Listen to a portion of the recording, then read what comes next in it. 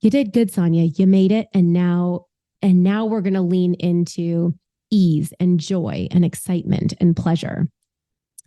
And what I found instead was this daily longing that almost turned into like a haunting, where I could just start to feel sort of like that dissonance between, me wanting to like something, me wanting to feel aligned in this role, in this job, when instead all I was really feeling was like, is this really what my purpose is here? Is this enough for me? And I don't think I had any idea what any of those questions meant at the time. It was just this discomfort on a daily basis that kept growing and kept getting deeper. And I didn't know what to do about it because I had made it.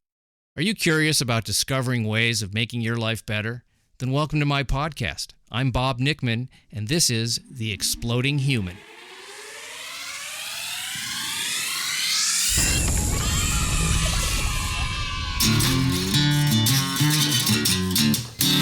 Listen in while I talk with all kinds of people in the fields of personal growth, health and healing, alternative therapies, psychology, spirituality, environment, and the future.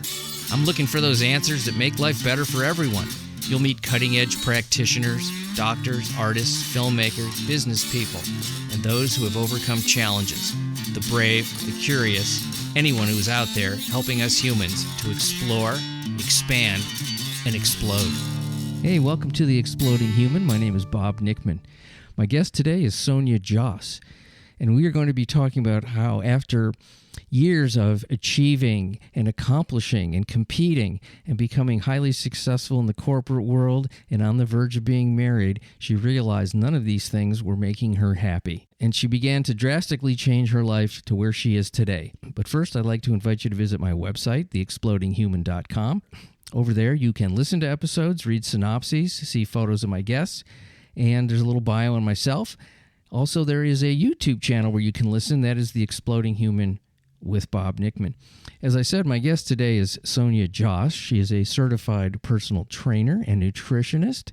She has given a TED Talk, she's written a book, and she is a mindset expert. Sonia's is a story of reaching the pinnacle of what the expectations her family had for her and what she had for herself, and how those things were not working for her. Out of sheer desperation and unhappiness with where her life was, she began to change things in a big way. It confused a lot of people as well as herself.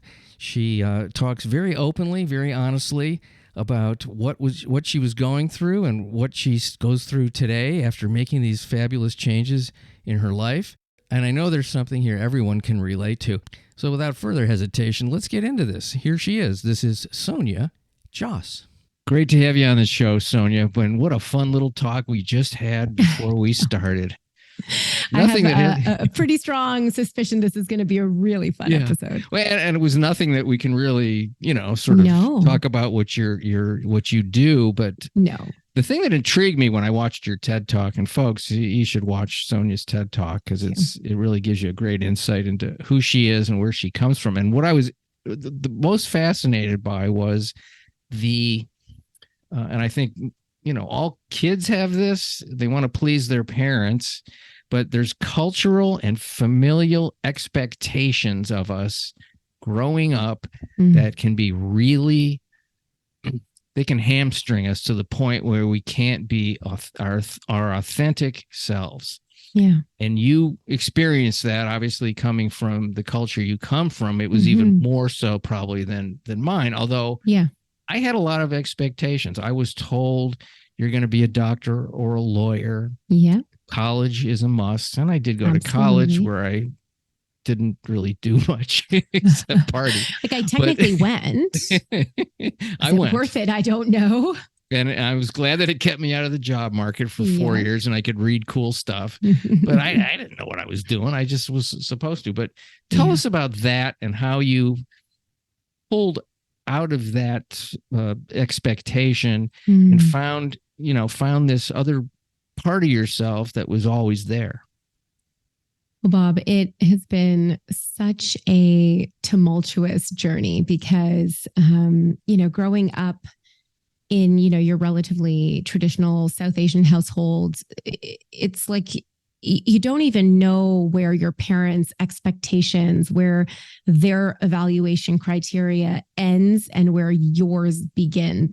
It's such an enmeshed sense of self. And my brother was born gifted. He was an effortless high achiever. And I think it was just the understanding, like the unsaid understanding in the household, that this was a climate of excellence and that this was going to be the journey that we're on, regardless of the price that you have to pay, right? Like it is like we are putting our head down, we are getting to the end destination, and then we can worry about being happy then, because we'll have satisfied the ticky marks. We'll have gotten to where we need to go for fulfillment. And I think for me, I didn't even question it really. I didn't question it because I believed the cause and effect. I believed the formula. I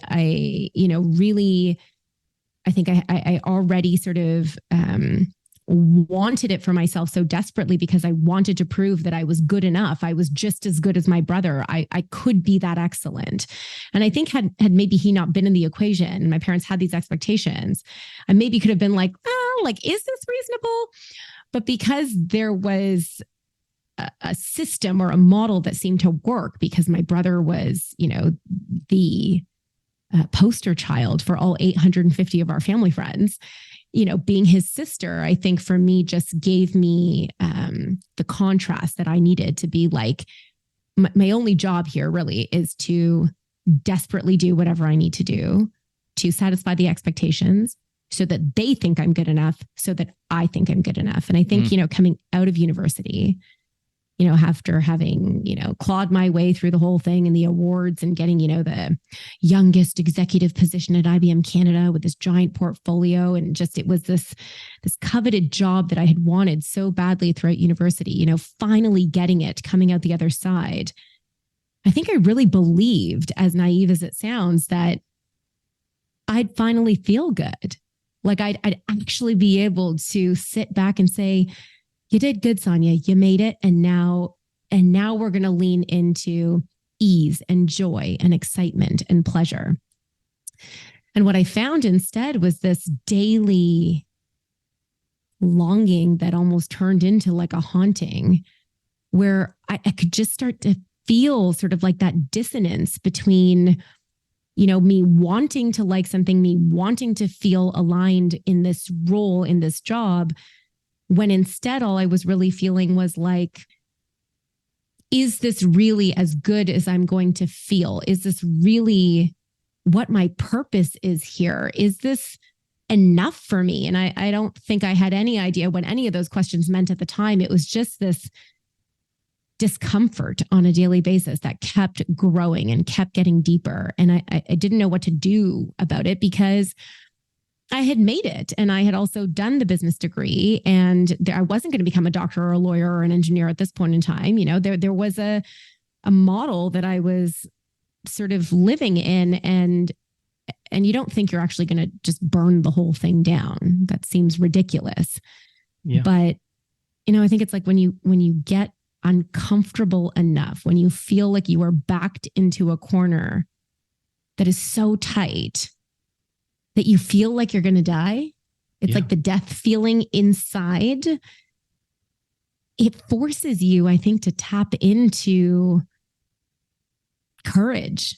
And I think through the courage becomes sort of this environment of curiosity and collecting data and trying to peel back the layers on like what's really wrong and how do you get to the other side. And it wasn't a quick and easy transition, of course, but to your point, I mean, I did. I was able to sort of go through, I think, the inner journey, or at least the beginnings of the inner journey. As I've realized now, apparently the journey's never going to end. So it's like, chapter 1 of the journey began. Yeah. And in that, I think I started to feel myself somewhere in there. Like not this idea of Sonia, but feeling some seed of my authentic self somewhere in there. And while I didn't have any answers, there was this calling, there was this need to feel that more. It was almost like there was a slight awakening to what it feels like to be the real you. And even though it's such a slight taste, it becomes the catalyst, it becomes the momentum, because all of a sudden you can feel that disconnect between who you've been performing to be this whole time. And while you don't know who you really are, you just know that you have to find out. You know what I mean? Yeah, I sure do. I mean, you're almost like you're playing a character that you didn't even audition for. You just got assigned this character in life. And we all have a certain amount of those expectations. And then when that restlessness, I will call it that, comes. Restlessness. Because the thing about the body and the inner life and all that, it doesn't know how to lie. It just doesn't know how to do that. We do, but that part of us does not. Yep. And so there is, and this is why people, you wonder, like, what happened to that guy? He was doing so great. Well, he actually wasn't doing so great. No, but he was performing great. Right. If you live inauthentically, I'm not saying it's anybody's fault. It just sort of happens to people. Yep. There's going to be a price on the B side, and you hit that wall and you went, I just remember I have a friend, and I'm not going to say his real name, but let's just say his name was Bill Johnson. Okay. He went to his parents when he was about 16 or 17 years old. They had asked him to do something, or they expected something. And he looks at his parents. He goes, I am tired of being Bill Johnson, and I'm not going to do it anymore. Oh, my goodness. And I was like, whoa, man. Man. Yeah. Young. That was insane. I'm like, but that's ballsy, that young, but also so admirable, because you're like, wow, to know at that age that you're like, I can't keep up the charade anymore. It's too much work. Yeah, he wouldn't do it. And, I'm wondering, I just want to think about this for a second, because I'm going back in my own childhood to when I felt great, exuberant and free, because all little kids are that, Absolutely. I mean, you have little children, you've seen it, and you've been that. Yep. And at what point, what was that feeling like when you were, maybe you were 4 or 5 or 6, I mean, you certainly didn't have huge expectations put on you at those ages, except to, maybe not wet the bed or something. I don't know.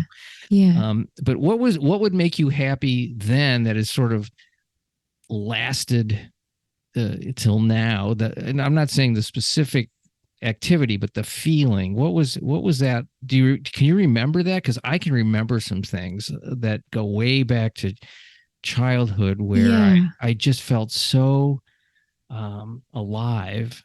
Oh, that's a good word.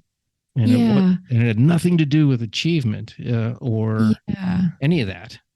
It's interesting that you say that. I've been sort of digging through those memories myself lately, because as I continue to journey, as we all are, and, you start with talk therapy, you move into somatic therapy, and you're just sort of trying to connect the mind and body in a way that you're not living with a totally dysregulated nervous system in fight or flight all the time.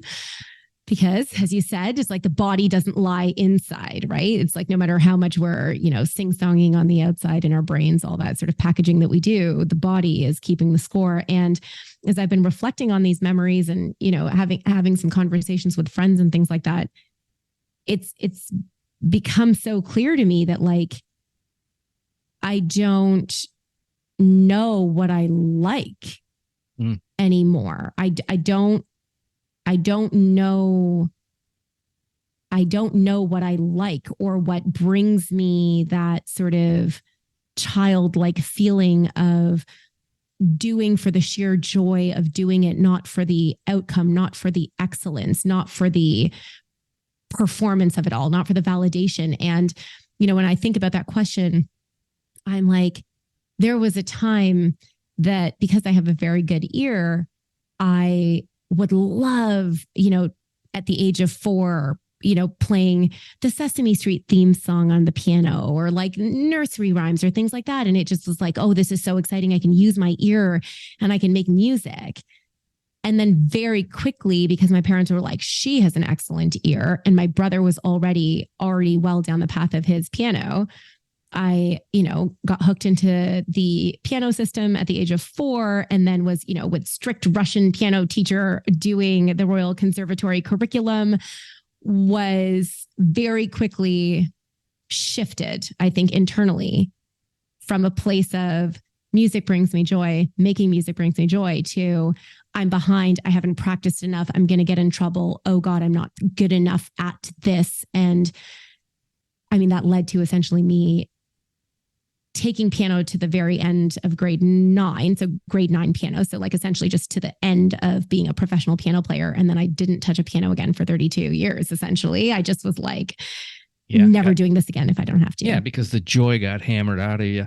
Exactly. And it was the same thing though with sports. It was the same thing with dance. It was like I loved swimming. So then I became a competitive swimmer. I loved tennis. So then I became a competitive tennis player. And in having to take these activities to whatever the next level was, I'm not ordinary at this. I am excellent at this. The chase for excellence in all hobbies, in all categories, sort of robbed that feeling of unbridled enthusiasm that I know I had at the age of 4. So when you ask me that question, I'm like, dance and moving my body and sports and music and really connecting with people, like really just feeling like warmth and connection with people, which also very quickly changed. And all of that still exists now, but I'm now in this almost 40-year-old journey of trying to like reteach my nervous system to feel okay at our grand piano as I start to come back to these amazing skills that I technically have, right? Like this summer was the first summer I started playing tennis again with my brother. And I was like, okay, how do we bring this back to a place of ease and joy and fun, honoring the talent that I have, but not needing to make this a project of excellence. And it goes so deep, so hard. Yeah.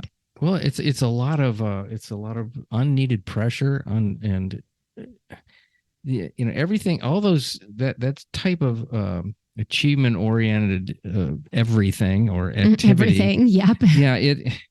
It's the idea of it is that if you achieve a certain level, you're going to be happy or happier.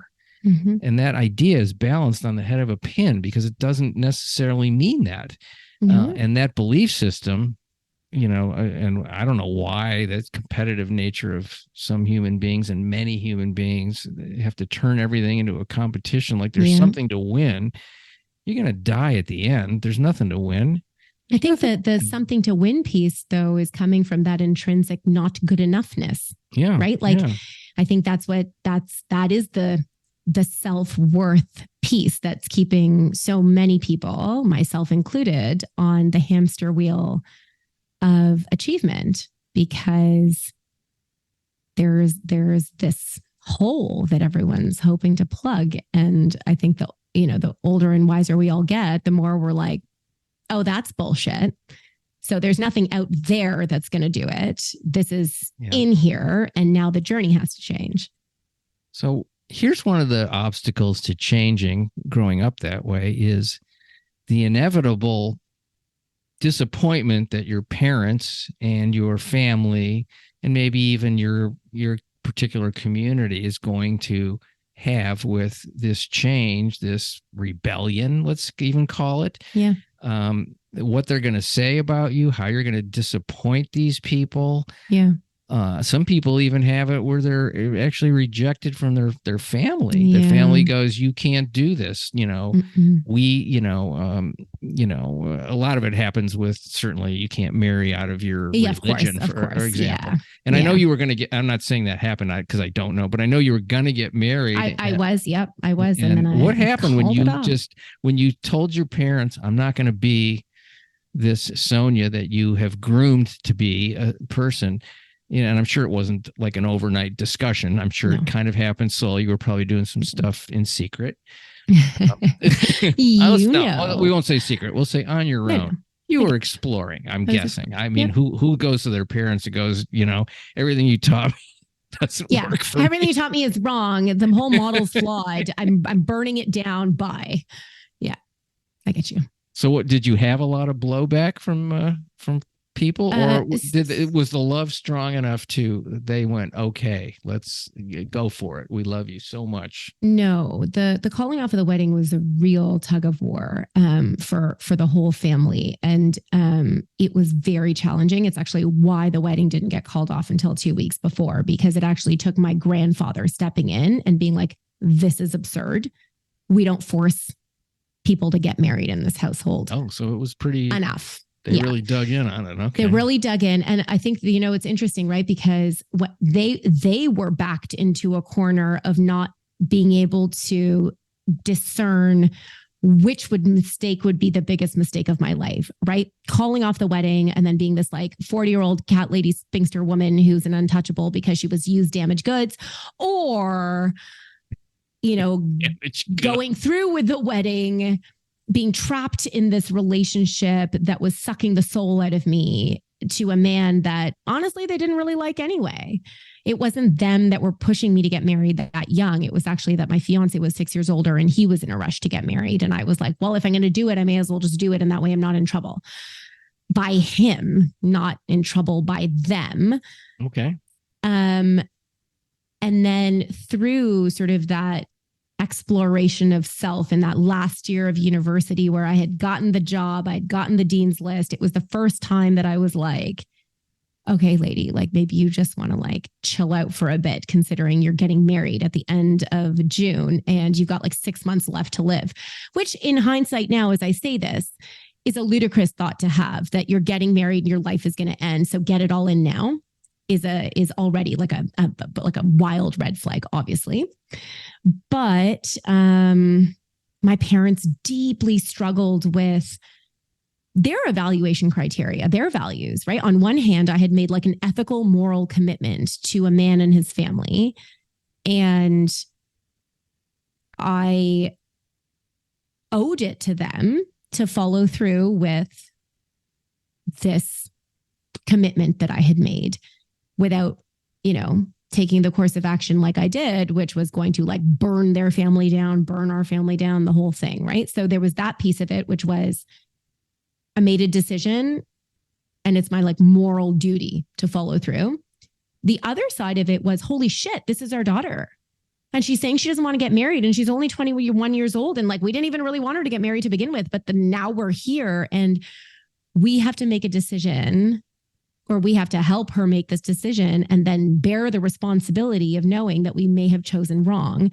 And then what do we do? And, feelings were never spoken about in our household. It was not welcome. It wasn't a comfortable environment of any kind to talk about anything that wasn't practical.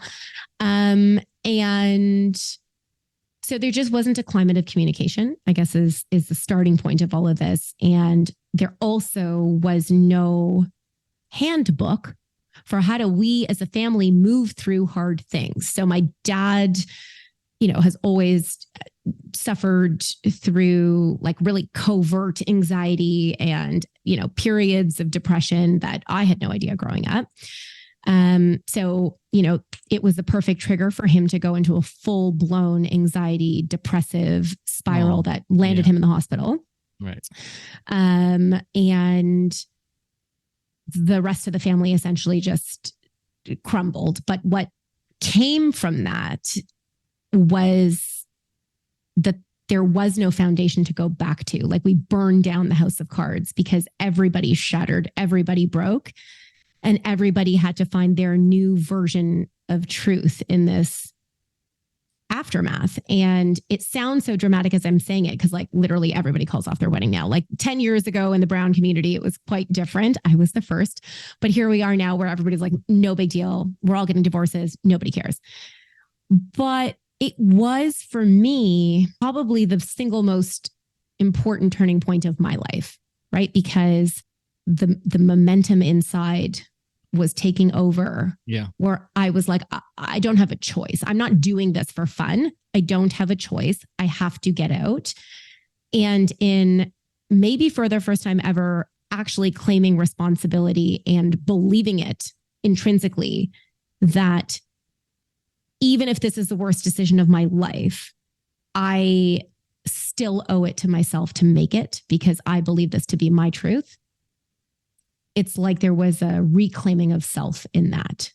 There was I'm willing to face the consequences of having to be true to myself. And that shifted not only me and how I lived every day after that, but it shifted my family as well. Like the dad that I grew up with doesn't exist anymore. And it's hard to then look at that family environment and appreciate the reality of what you went through when the people that were there don't exist anymore because they all broke and then they found their truth and they found their authenticity and were like, fuck this, I'm going to live my life and my version of alignment. And then all the players are different and how we relate and interact with each other is different. And it's been beautiful to get to know each other again somehow. I love hearing that.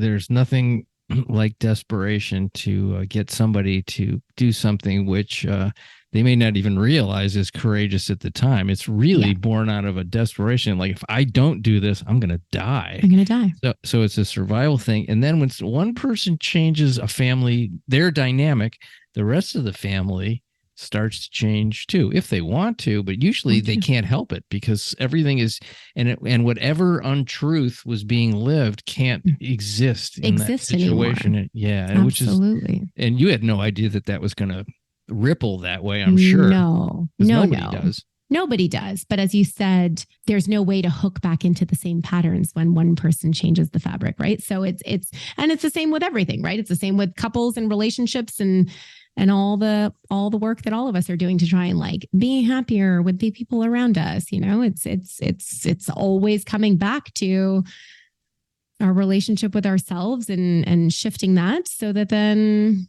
the system starts to change. So after all this transpired, and, obviously it wasn't one day it's one way, the next day it's not, but it was a big thing that happened. It was a big thing.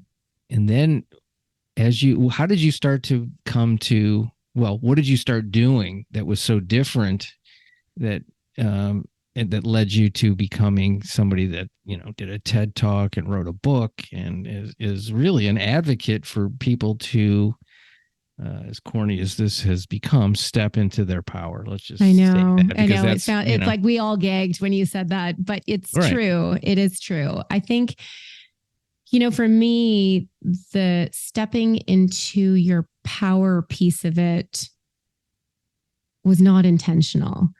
As we talked about earlier, that desperation and that discomfort that I was experiencing in the corporate world led me to then do my executive MBA, because when is further education not the answer to the "are you happy" problem? It was the only way I knew how to solve the problem. I was like, okay, well, if I just get my executive MBA, then I'll just change industries and then the discomfort will be gone, right? I still believed the problem was out there. More letters equals more money equals more happiness. That's exactly it. And once I did my executive MBA and I switched to a smaller technology company and I was living a different version of the corporate life, I think that data for me was just, the quick little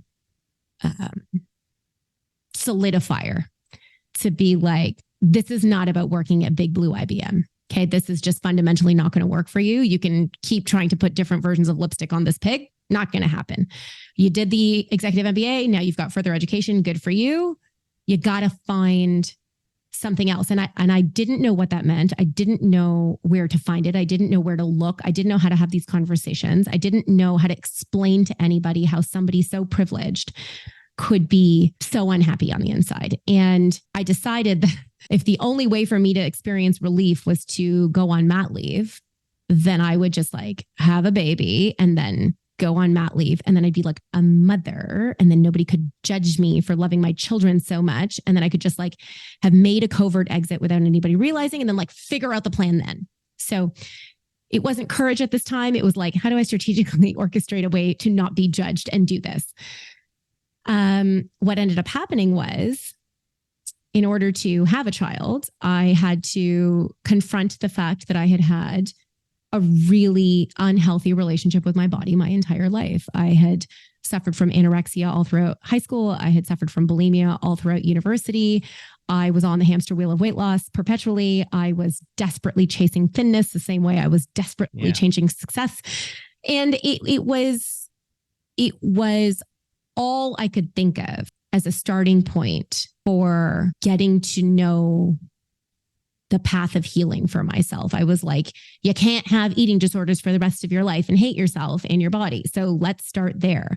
What I didn't realize was that in abandoning the timelines of thinness and reteaching myself the fundamentals of fitness and nutrition and focusing on strength instead of size and digging through all the layers of noise and the stories and the lies that I had been telling myself for so many years, I uncovered a new relationship with myself, one that at least had like a slight tone of working with my body, with myself, not against it, right? The war was suddenly ending in that internal environment. And that's, I think, where the birthplace of wanting to help people came in, because I thought I was going on a journey to fix my relationship with my body. What ended up happening was it was the birthplace for like a new environment for me to connect with myself. And it was infectious. It was the piece that I think I for the first time started to feel like alive. And I like found myself wanting to go up to people in gyms being like, you're bobbing up and down on the elliptical and you're doing it all wrong, lady. Like, I can help you. You're wasting your time with incessant cardio that isn't going to work. And so I think in calling off the wedding, I suddenly had like a new taste bud. There was new feeling available to me. And if as long as I sort of stayed connected to that instead of the what do people think? What are they going to say? Where is it going to go? How did this look? This validation piece from the outside, as long as I could stay connected to that hint, that little whisper, I could somehow figure out what the right next step would be. And it was from there that I decided to take on like one client while working in the corporate world, just to be like, do I even like helping people? Like, maybe I just like feeling good in my own body, but that doesn't mean I need to become a teacher. One client turned into 6, turned into 13. I was doing 2 jobs at the same time all day, every day. I was sleeping 3 hours, and the contrast was so palpable. I would wake up in the morning at 4 a.m. and be so excited to get to do this with people, to train them. And then I would want to die at 8:30 in the morning again. And then I would come back to life again in the evening. You know, and you're just like, okay, that is really clear. There's only so long that you can stay numb. And when you can feel things, it's, again, stupid thing that we're going to acknowledge here in this moment. But like, turns out feelings hold all the answers. And if you let yourself feel, decision-making can become a lot more aligned rather than these, giant, massive course corrects that I've had to do in my life. And that to me has been the ongoing journey, right? Because it's like at each layer, there's another layer, and at each layer, there's another layer. And how do you continue to honor the truth of how you feel and know that is the data you're looking for? It doesn't need to be more complicated than that. Was there any one or several people or any type of books or knowledge that kind of presented itself where it almost, and I recall some of these things happening in my youth of that made it, it gave me permission to know I could do other things because there were people doing things that were out of the things that were, I thought were expected of me. And I went, oh, I don't have to do it this way. And I remember there was a number of things that were heavily influencing on my life. A lot of it came out of the music I was listening to because it was, I was sort of a tail end hippie, and I was very into listening to a lot of music. So there was a lot of counterculture messaging that I was getting. And that really kind of saved me. I love that. Yeah. Actually, in hindsight, I should probably go listen to some like old school hippie music now. I could use a little bit of armor in, this next chapter. So that's an interesting actually way of looking at it, to say that, even just through music, you were feeling that shift, that was the messaging coming.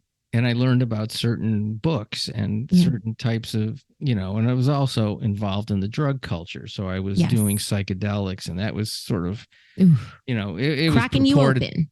Well, so yes and no. I mean, at least while you're high, you're cracked open. After that, you're not. I mean, once you come down, you forget it all. Except for maybe little hints. Yeah. But, all that stuff was very important in shaping a worldview that wasn't the one of my parents' generation. Yeah. So I felt fortunate. I feel now that I look back, I'm fortunate that I came up during that time and I had access to that. Yeah. But I remember, reading certain books, like The Doors of Perception and books like that were very powerful things of like, oh, there's another way to look at things. There's another way to look at this.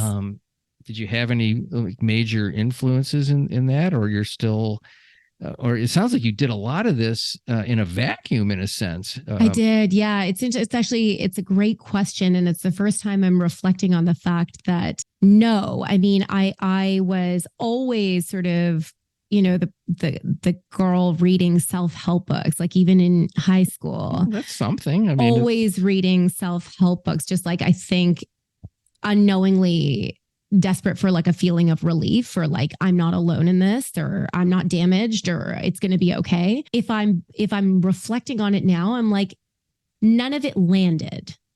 It was all theoretical and it all made sense. And yet I felt like it didn't apply to me and the nuances of my circumstances and my dad's eyeballs and the sternness of our household and being brown. Like none of it felt relatable. It felt like, like that is how white people get to live. I could see that. Yeah. Yeah. And like, oh, look, like there's freedom on the other side if you're not brown. And so it's like I was doing it because I was seeking relief. I wasn't getting the relief, but I was still doing it anyway.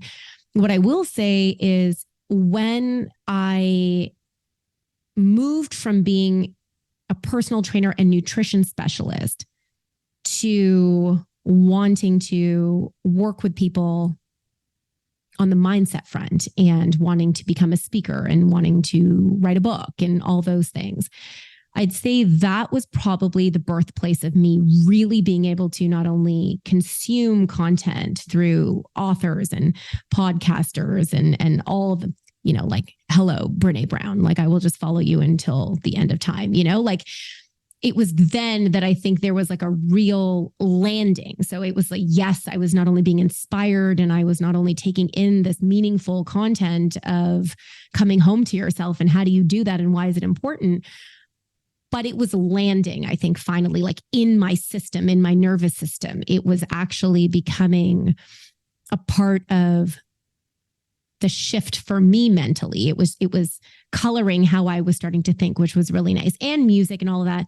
But also just, I think the environment, right? Over the last 10 years, becoming an entrepreneur has become more mainstream than anything else. And when I was making the move from the corporate world to like becoming a personal trainer and nutrition specialist, my parents were like, I'm sorry, you're going to now teach people how to exercise like the way you could have at Good Life for $15 an hour.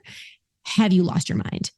And I mean, I made that move because it was the only move I could make at the time to get me out of the vortex that I was in. But I think it was only in doing that for enough period of time that I was like, this isn't it either.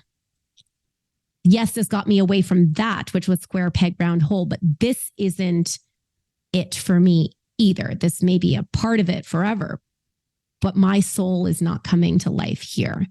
I think it was there that there was this desire and motivation to really take everything that I was learning and reading and soaking in from all of these people and put it into put it into like real life practice for the next iteration for that, Sonia 3.0 or 7.0 or whatever it was at that point in time. There's been so many iterations of it.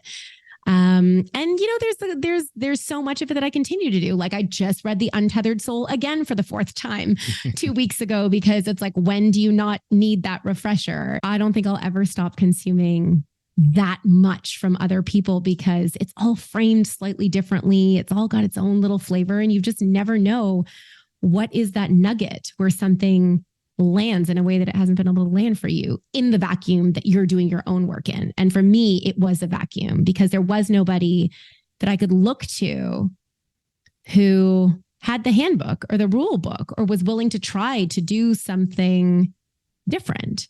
And even now it is wildly confusing in many ways. Sure. But it sounds like you're becoming that person that you needed to you needed for yourself. You're now becoming that person to be that for other people who are maybe in a similar situation. And I'm sure you've helped other people from your, subculture, whatever you want to call it. Yeah. I think I trust her. She comes from my community. She gets it. Yeah, she gets it. The willingness to look, the willingness to try, the willingness to not hide from yourself, I think, is the difference between moving one step closer to a little more self-compassion, a little bit more ease, a little bit more flow, a little bit more love, which I think we all want so badly, and we're seeking it from others, not realizing that we're just not giving it to ourselves because we don't want to open the drawers and reorganize them in ways that we can look at ourselves with love. And a lot of it's just like, well, if I do my authentic thing that I really want to do, what are other people going to think of me? Yeah. And how will I survive if they don't think well of me? Yes. And yet, sorry, go ahead. I was going to say, sometimes you do that, and because some people aren't doing that, they will attack or put you down or judge you, but it's really on their side of it. They wish they could do it. Absolutely. And the one thing I will say that I'm always marveled by is that we are so much meaner to ourselves than everybody else is. Like, we're just the fucking worst. And so this fear of judgment and criticism and what are people going to say? I mean, I got nothing but support and love from all of our family friends and our relatives when I called off the wedding, because they were just like, good for you for doing the hard thing. If only more people would stop before they get married and ask themselves these questions. Good for you. Same thing when I quit my job. I mean, I guess nobody really had any idea what I was doing, but as the picture started to develop, they were just like, I wish I could have been this brave. I wish I could have done something that felt really good to me. I wish there was a part of me that was responding to that call for myself. And I think what I experience more and more from myself as well is the more I see out there of these things that people are doing, these choices that they're making, the way people are living, the more that I'm healing myself, the more I am marveled and inspired and just happy that I get to see examples of this so that I can now do what I need to do for myself to be able to move in a direction that, feels that inspired or whatever it is. But so rarely am I like, you suck. It sucks. I'm just going to be sitting here in my corner talking shit about you. Like, I just think that that's so often such an inflamed idea in our heads that isn't actually how most people are looking at other people. I think women have a whole different set of those things than men have a little bit more permission to do certain things. And for sure. And I've seen it with, my wife is super creative. It does all this cool stuff, and she takes a lot of heat for it from people. And, I've always told her she could, I like that she's feisty and creative and interesting. And I'm like, oh, fuck these people. Do whatever you want. I mean, I don't, I want you to do that stuff. Yeah. But there's a lot, and I've had even, guys I know, like, make these comments about her, the things she does. And I'm like, well, who the hell are you? There was some guy walked by. I didn't know him. My wife does a lot of beautiful landscaping and Oh, gardening. wow. And she's a designer Lovely. some major talent, in my opinion. Amazing. Not just because I love her. She's Oh, really no. I can hear so she's pride always here. outside working in her garden. It's like her laboratory, Yeah, of almost, our course. front Yeah. yard. And some guy walks by and he's talking to her and he says, "When are you going to be done?" And I said to the guy, I go, "Would you ask Jimi Hendrix when he's going to be done playing guitar?" That's so weird. I go, "It's the same thing. It's no different." Yeah. And he just, I was a little bit of a dick about it, but he, I know, but I was actually mad. really admire that you said that. That's but he kind of hung his head and he walked away. Mm-hmm. That part I felt bad about, but I was also like, think about it. Think about it for 1 second. Why would somebody want to be done with something they love? And why do you give a shit what somebody else is doing on their own property? I mean, what's going on at your house? Well, but I think this is the thing, right? People who are looking through that critical lens or making the statements or whatever, what they're reacting to obviously is only about them, not about you.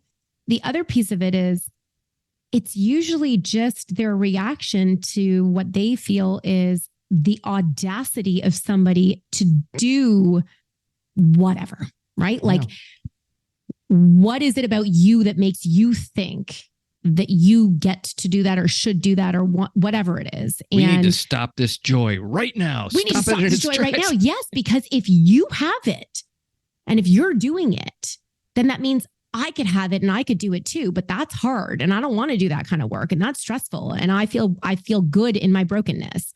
And what I know is what I know, and it's safe. And so I'm not going to make that choice. I'm not going to break the house of cards down. So then if you don't do it, then I don't have to look at myself, because then it's just, we're all doing the same dance. Right. And I think that's the hard part for people, is that poking that it creates within themselves. Yeah. People trying to stop you doing cool stuff. I don't know. It's a rough one. And, good. I have to say, there's a part of it that you go, well, maybe they're right. There's always that part of yourself where you go, maybe I shouldn't. Yep. Not a big part, but I think that's also unrealistic to not have the part. I mean, how do you not have the part? We just don't want that part driving the car. Well, I feel like we've really gotten to some great stuff today. It was so lovely chatting with you. You're just so relaxed. I'm a delight, Sonia. Yeah, you are. No, you are. So are you. No, like I'm literally looking at you through a screen, and I'm like, I just like your energy. Like it's just you're a delight to be around. You are. Yeah. Well, same over here. Back at you through the magic of the internet.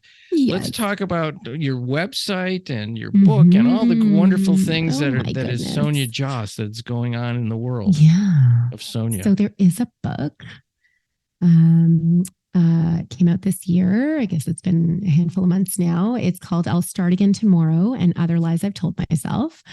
And the book takes you through my personal journey, getting off the hamster wheel of weight loss, finally ending the on the wagon, off the wagon cycle, and finding freedom on the other side of that specific chapter. I will say that there are a lot of lies. And so, the journey continues even after the book.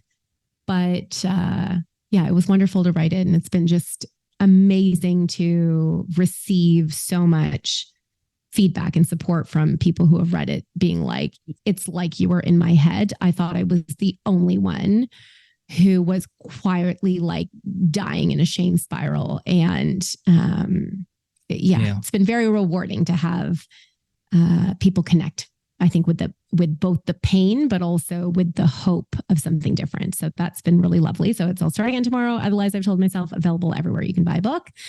And then we've got a great website that has, I'm going to say, like a pretty robust library called Momentum. And that is essentially like a free portal for all of my workbooks and guides and the more tangible homework that is really meaningful and effective for people to do. All free, which is great. And And then is the world of social media. So here we are with Instagram and Facebook and all the other stuff. And we'll be releasing some courses and some new coaching programs and things like that towards the end of this year, beginning of next year. I love it. And I like the idea of a workbook because I think there's something that writing things down and actually drawing the target you want to hit is a very essential to changing. And it really was helpful to me. And when you put pen to paper, brain registers the information differently than if you just think it or talk it. Absolutely. This is my own 2 cents and my own experience. No, I mean, like literally proven by science. You are 100% right. Yeah. And it's the best way. Well, have a beautiful day and much success on all the things you're doing. And good luck with the kids and all those things. Like I always say, I couldn't wait. And my kids are grown, but when they were little, I can't wait for them to wake up and I can't wait for them to go to sleep. I have so much more empathy for my parents now. Right. I grew up believing that they were the monsters and I was like, my parents are monsters. Now I'm like, oh, good Lord. I don't know how you did what you did. Shout out to all the good parents out there. Right. Your kids will thank you one day. Just stay the course. All right. Thanks so much. Thank you, Bob. It was so nice. Much appreciation for you folks listening to The Exploding Human. The website is theexplodinghuman.com. The YouTube channel is The Exploding Human with Bob Nickman. I want to thank Sonia Jhas once again for being on the show. Check out her TED Talk, read her book, check her out on all the social media, and you guys have a fabulous day. Bye.